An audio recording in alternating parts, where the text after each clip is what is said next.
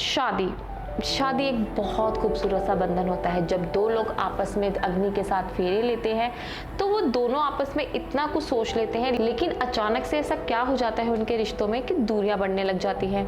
जी हाँ, आज हम इसी टॉपिक पे बात करने वाले हैं कि हस्बैंड ऐसा क्या कर देते हैं या वाइफ ऐसा क्या कर देती है कि जिसकी वजह से रिश्ते खराब हो रहे होते हैं और हमें खुद को नहीं पता होता।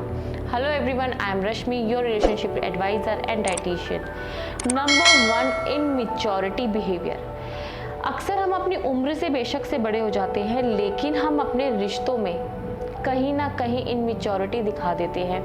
हमारी शादी हो जाती है, लेकिन हमारा जो बिहेवियर है कहीं ना कहीं एक बचपना कह लो या फिर उसे इनमेच्योरिटी कह लो, वो शो ऑफ कर देता है। जैसे कि फॉर एग्जांपल कि आपके पार्टनर से आपकी लड़ाई हो गई है, तो आप उस छोटी सी लड़ाई को इतना बड़ा बना देते हैं कि मुंह फुलाकर बैठ गए, आपस में कम्युनिकेट नहीं करते, यहाँ तक कि क्रिटिसाइज भी करने लग जाते हैं। ये बहुत बड़ी चीज़ है। उससे भी ज़्यादा होता है एज्यूम करना। आपका और आपके हस्बैंड का कुछ प्लान बना है, वो नहीं आ पाए या वो किसी भी कारण से कि फ़ोन नहीं उठा पाए या कुछ ऐसी कुछ बात हो गई है, वो आपसे बात नहीं कर पा रहे या आपसे कम्युनिकेट नहीं कर पा रहे, तो आपको यही लगता है कि मेरा ही फ़ोन नहीं उठाते, अपने फ्रेंड्स के साथ होंगे। लाइफ है, कुछ भी हो सकता है, कुछ मिस हैपनिंग भी हो सकती है, पर हम उस चीज़ को साइड में रखकर बस एज्यूम करते हैं कि वो मेरे लिए कर रहे हैं, कि मुझे लेकर जाना था या हमें पिकनिक पे जाना था, तो इस वजह से नहीं उठा रहे हैं फ़ोन या कुछ भी है, मुझे इग्नोर कर रहे हैं। ये चीज़ भी आपके रिलेशनशिप को ख़राब करती है।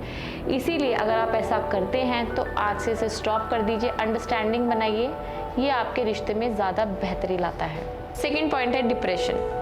ये सुनने में जितना कॉमन लग रहा है, पर अगर ये लाइफ में आ जाए तो ये उतना ही आपकी लाइफ को कॉम्प्लिकेटेड बना देता है। इसीलिए कहते हैं कि डिप्रेशन हो तो उससे स्ट्रेस भी आता है। स्ट्रेस भी कई तरह के होते हैं। फॉर एग्जांपल, जैसे बच्चे घर में इरिटेट कर रहे हैं, हमारी रिस्पॉन्सिबिलिटी बढ़ जाती है जिसके कारण हम स्ट्रेस फील करते हैं। उसके बाद शादी के बाद इन लॉज की भी जिम्मेदारियां होती हैं, हस्बैंड की भी होती हैं, जो हमें हर जगह से स्ट्रेस मिलने लग जाता है। और सबसे बड़ा स्ट्रेस वो होता है कि हम आफ्टर मैरिज अपने करियर को लेकर सिक्योर होना चाहते हैं और हमारे इन लॉज उसको अलाउ नहीं करते, या फिर हमारा हस्बैंड जो है हमें वो अलाउ नहीं करने देता। इसीलिए अपने पार्टनर को समझने की कोशिश करें। अगर वो कुछ अचीव करना चाहती है अपनी लाइफ में, तो उसे अपनी ही अचीवमेंट समझे। अगर आप ऐसा करते हैं, इससे आपका रिश्ता बहुत ज़्यादा खूबसूरत होता है और जो प्रॉब्लम्स हो रही हैं वो बिल्कुल ठीक हो जाती हैं। थर्ड पॉइंट आता है डिफरेंट स्टेजेस। डिफरेंट स्टेजेस का मतलब होता है, जैसे कि आप जानते हैं कि लाइफ जैसे जैसे ग्रो करती है, कि पहले बचपना होता है, फिर हम जवान होते हैं, फिर हमारी शादी होती है, तो बहुत सारी चीज़ें ऐसी होती हैं कि वो डिफरेंट स्टेजेस पे जाती है। जैसे कि आपने सुना होगा कि अब वो बात नहीं रही जो बात बचपन में थी, या वो बात नहीं रही जो स्कूल टाइम पर थी।